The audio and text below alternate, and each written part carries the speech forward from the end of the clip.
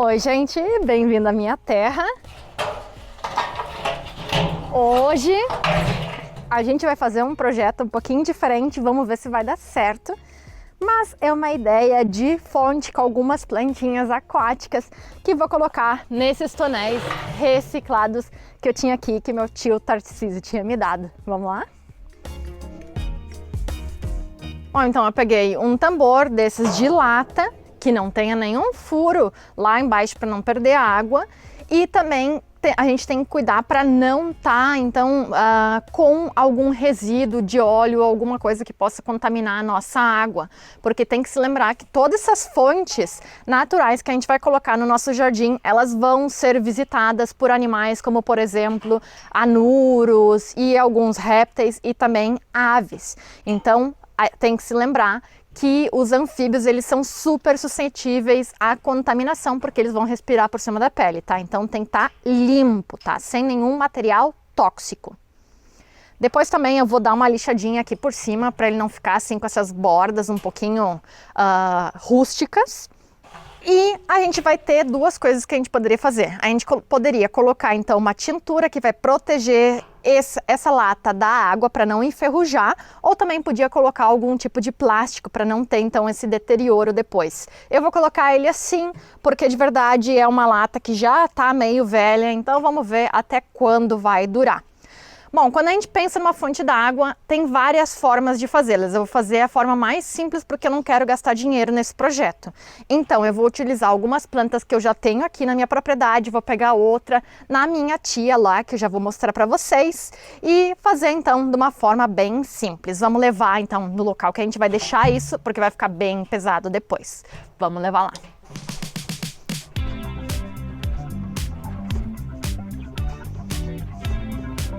Bom, essa semana já está ficando bem mais fresquinho aqui. A gente está tendo temperaturas aí mais ou menos por 10 graus. E provavelmente na próxima semana a gente já vai começar a ter temperaturas negativas. Então já vai começar a mudar a fitofisionomia por aqui, né? As plantas vão começar a mudar, algumas vão começar a florescer, outras vão terminar seu ciclo. E as coisas vão mudar bastante por aqui. Mas vamos chegar aqui no jardim, vamos ver onde é que a gente vai colocar isso. Bom, eu acho que vai ser aqui que eu vou fazer, então, a estrutura. Eu acho que vai ficar bem bonita embaixo dessas bananeiras coloridas. Eu só tenho uma hosta aqui que tenho que tirar e, obviamente, nivelar o espaço para a água não poder correr para um lugar mais que outro. Então, vamos limpar aqui rapidinho. Tirar a hosta.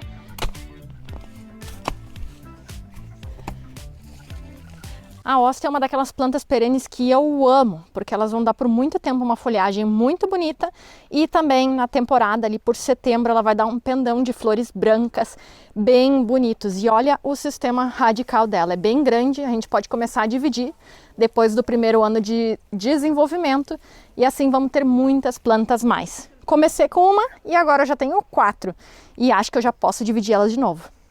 Deixar ela ali no cantinho e vamos tentar aplanar um pouquinho.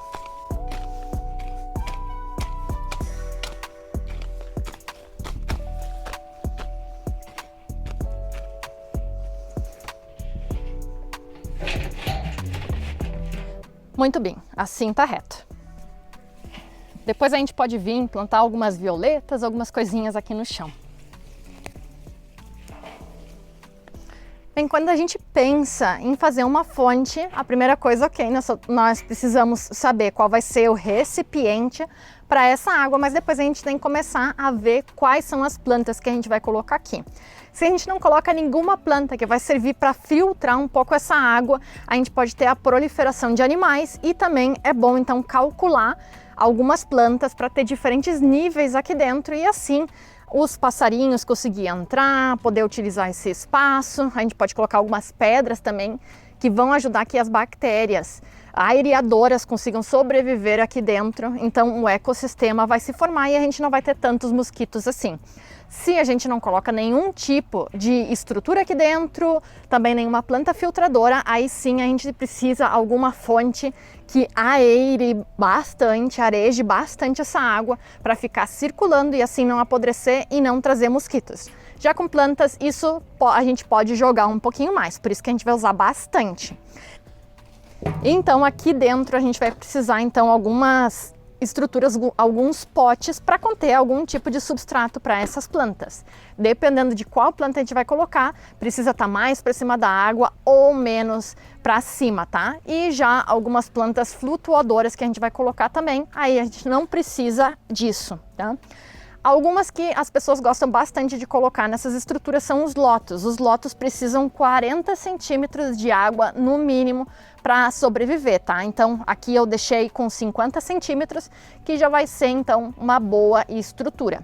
Eu tô pensando em colocar taboa ou papiro. Já vamos ver qual deles a gente vai pegar e algumas flutuantes, ok?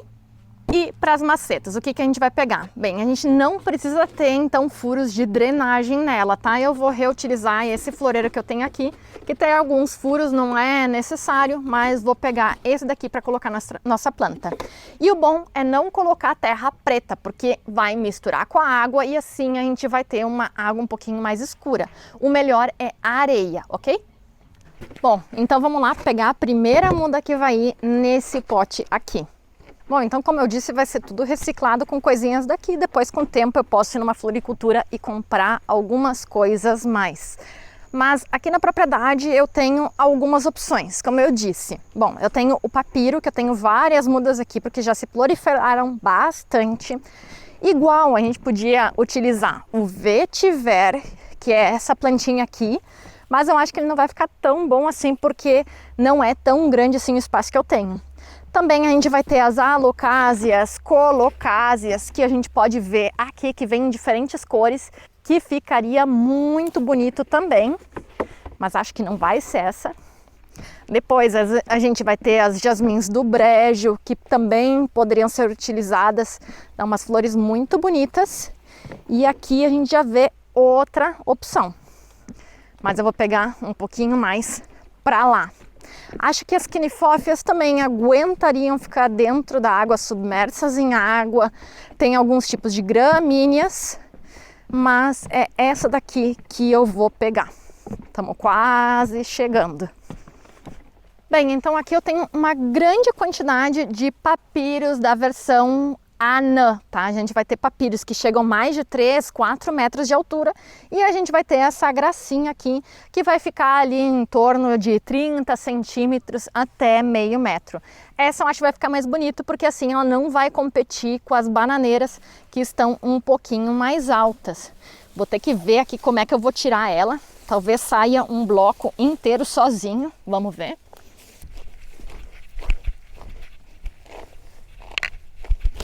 Bem,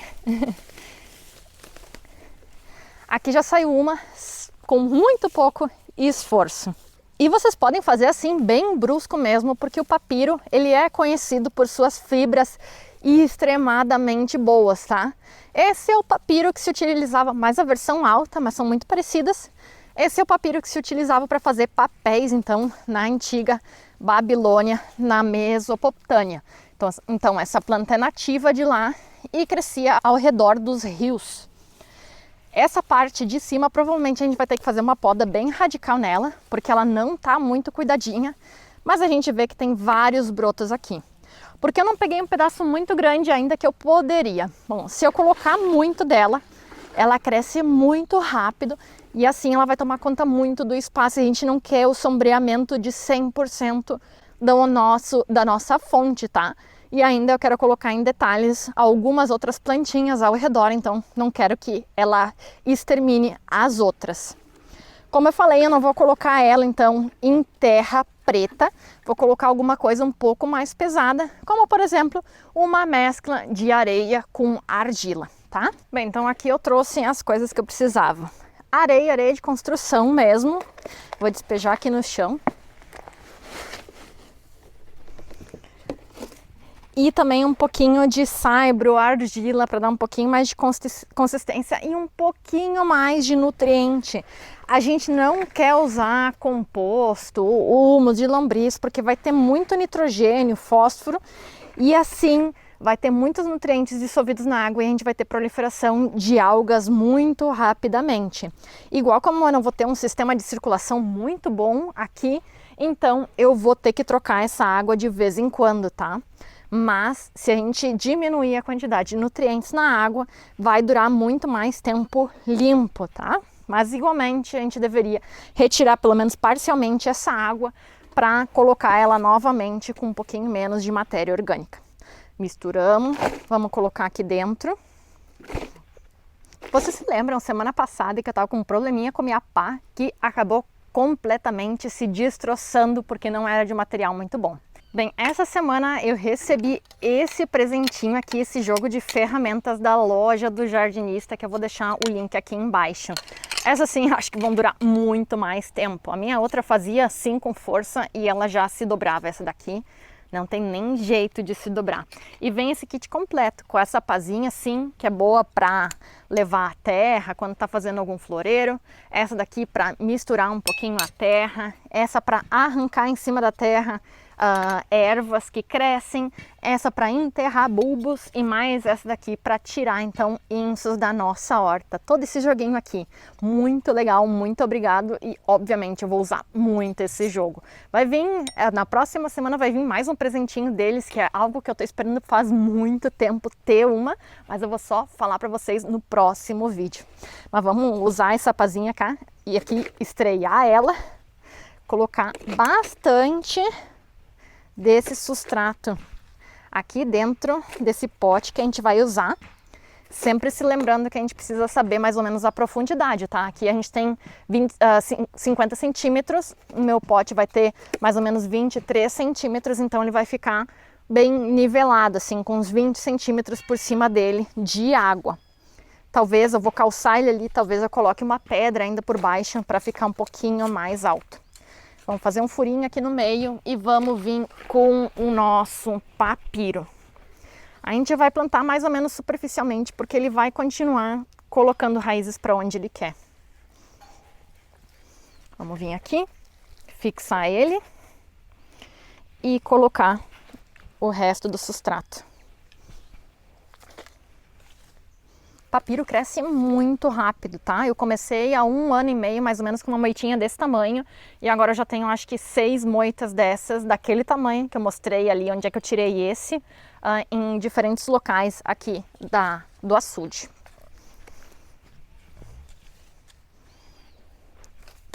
Vamos encher bem, tá?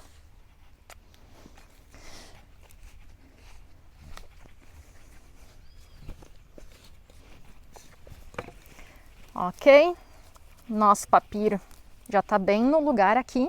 E agora a gente vai fazer um pouquinho de poda para não ficar tão feio assim. Então a gente vai vir com a nossa tesoura, tem até grimpa aqui ainda, e tirar esses papiros mortos primeiro. Esse daqui tá quebradinho.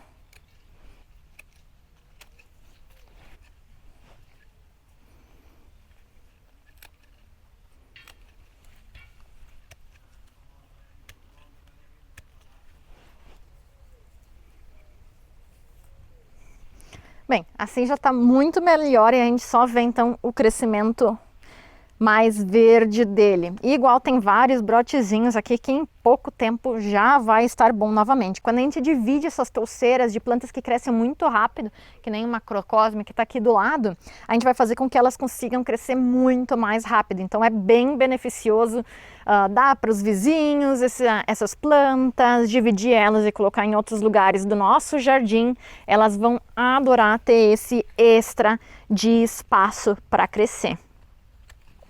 Então aqui está a nossa planta e agora a gente vai colocar ela ali dentro antes de encher com água. Vamos ver então se a altura ficou boa para ela ali ou eu vou ter que colocar alguma pedra por baixo, tá bem pesadinho.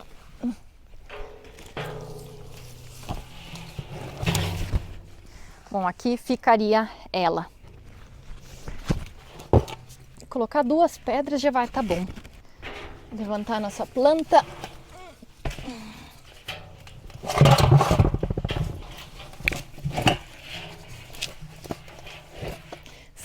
Assim a nossa planta vai estar contra aqui, vai ter bastante espaço para colocar mais plantas flutuantes e rapidamente ela já vai ficar bonita. A gente acabou quebrando alguns aqui, infelizmente, mas faz parte do processo.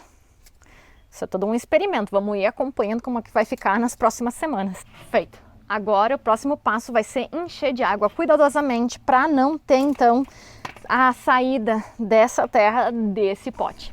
Eu vou pegar água diretamente do açude.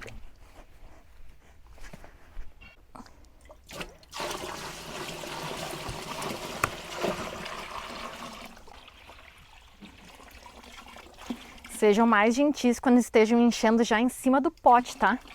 Para não derrubar tudo. Obviamente vocês não vão ter provavelmente um açude para pegar água natural para fazer um tipo de fonte assim no jardim. Mas vocês têm que compreender que a água que a gente vai tirar da torneira na cidade, ela vai ter uma grande quantidade de cloro. E isso vai fazer com que a maioria dos micro-organismos morram. Então não é aconselhável. Se vocês não têm algum outro tipo de fonte, o que vocês podem fazer é deixar repousando 1 a 2 dias essa água com cloro e assim utilizar aqui, porque o cloro vai decantar e assim a água vai estar um pouquinho mais pura. Mas a segunda melhor opção, ou talvez até a melhor opção, melhor que o açude, seria pegar a água da chuva, porque vai ter menos nutrientes e assim a gente vai ter menos proliferação de bactérias e ela vai estar com um pH neutro, um pouquinho ácido e também sem cloro, o que vai ser uma maravilha para todos os organismos. Vou pegar mais um balde e eu acho que a gente terminou.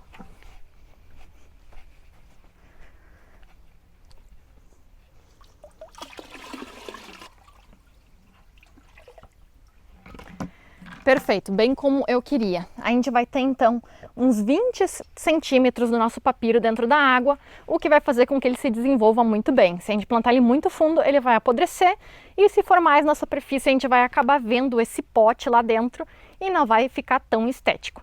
Mas ainda está bem vazio, né? Então vamos buscar umas plantas flutuantes e vocês assim de passo já conhecem um pouquinho do que tem aqui ao redor da chácara.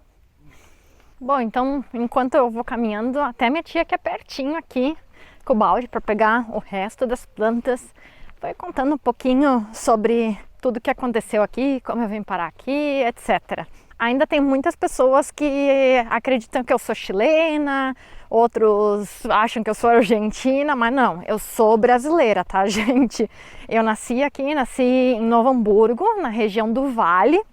Depois, com 17, eu fui morar em Rio Grande, lá na fronteira com o Uruguai. Eu me formei em biologia e enquanto eu fazia biologia, já comecei a viajar bastante. Eu trabalhava com a Marinha do Brasil também. Eu trabalhava num arquipélago chamado Trindade Martim Vaz, que é aqui do Brasil, mas poucas pessoas conhecem. E aí eu peguei o gosto por viagens e aí começou minhas aventuras.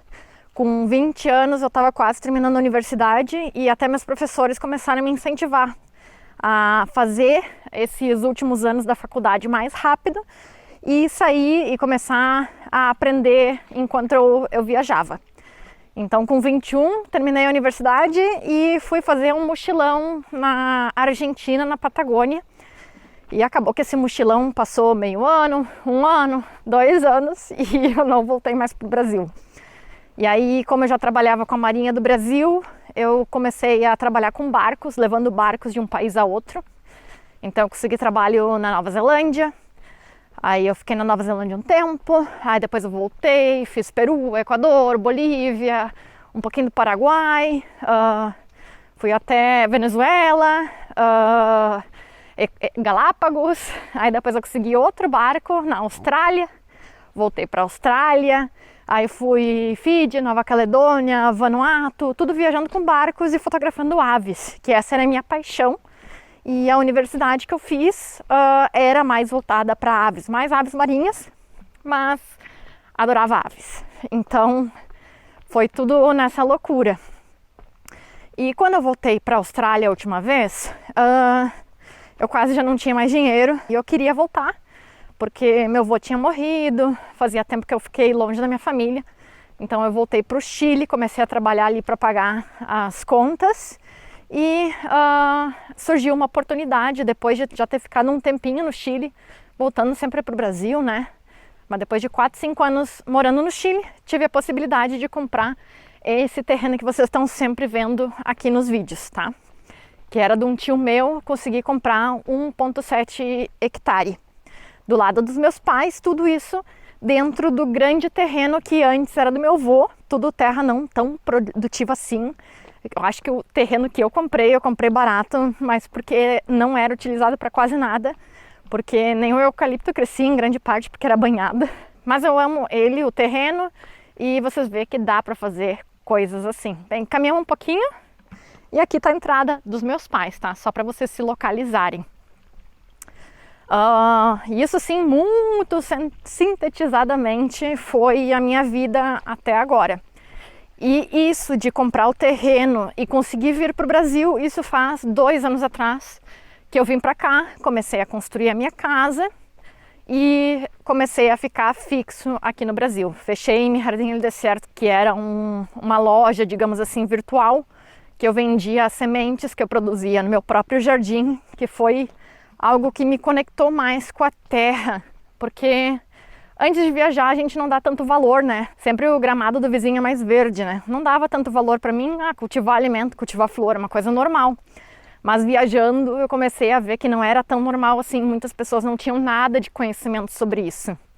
Então eu comecei a me ligar mais nisso, dar cursos, produzir no meu jardim lá no meio do deserto, vender sementes, etc. Achei um projeto bem legal e me mudou a vida inteira. Mas eu não me arrependo de ter saído do Chile, ainda que não seja o país que eu mais gosto, assim. Não me arrependo de ter ido para o Chile também. Foi uma experiência muito legal, conheci muita gente legal. Mas, nossa, tô amando ter voltado para o Brasil. Acho que aqui da minha casa, ali vocês podem ver a casa dos meus pais, né? E bem lá atrás, um pouquinho do telhado da minha casa. Acho que da minha casa até a casa da minha tia deve dar aqui uns 500 metros. E já é bem diferente ali da minha casa até a casa da minha tia.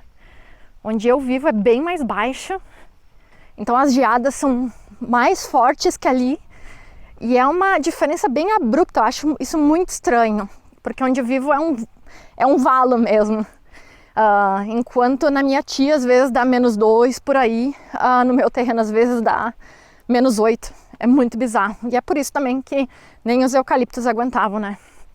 Eucalipto aqui que é utilizado principalmente para produzir carvão aqui. É uma das zonas mais carvoeiras do Rio Grande do Sul. Para o sul a gente tem carvão mineral, aqui a gente tem plantação de eucaliptos e acácia para carvão. E outra coisa que a gente tem muito aqui também são açudes para tirar peixe, que também é uma das grandes fontes aqui da região. E lá embaixo tem minha tia. Dá um oi para a câmera! Vou lá pegar a mudinha! E também nessa época a colheita de milho ainda, né? Já deveria ter terminado, mas ainda estão tirando os últimos milhos aqui. E claro, tem um pouquinho de gado, tem um pouquinho de tudo. Aviários também, muito forte. Questão de ovos e carne de aves aqui na região. Esse é o carinha de caveira. É o boizinho que eu mais gosto dos meus tios. E aqui tem muitas zonas assim que ninguém valoriza, né? Esses pequenos córregos ali que eu ia pegar a taboa, mas acabei decidindo pelo papiro. Mas tem muitas coisinhas legais ainda, um pouquinho de resto de mato virgem, mas muito pouco, né? Então eu gosto muito de sair caminhando por aqui e ver algumas coisas diferentes.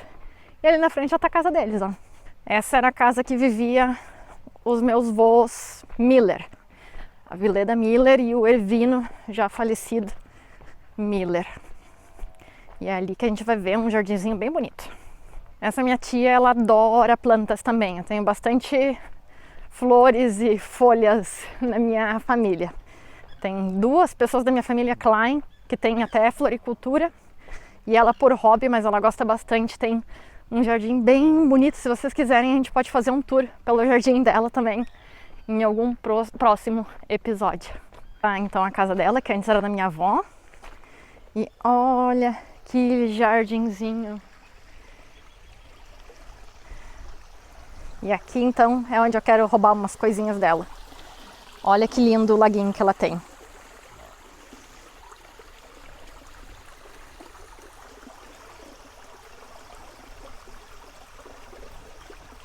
E a gente vive trocando planta, né? Eu dei essa Black Magic para ela vai me dar agora as alfaces d'água e assim vai indo, né? Mas então, para tirar essas mudinhas, o que a gente vai fazer então é colocar aqui o pote perto. E é super fácil, é só levantar elas da água. Assim de fácil. Pegar umas 3.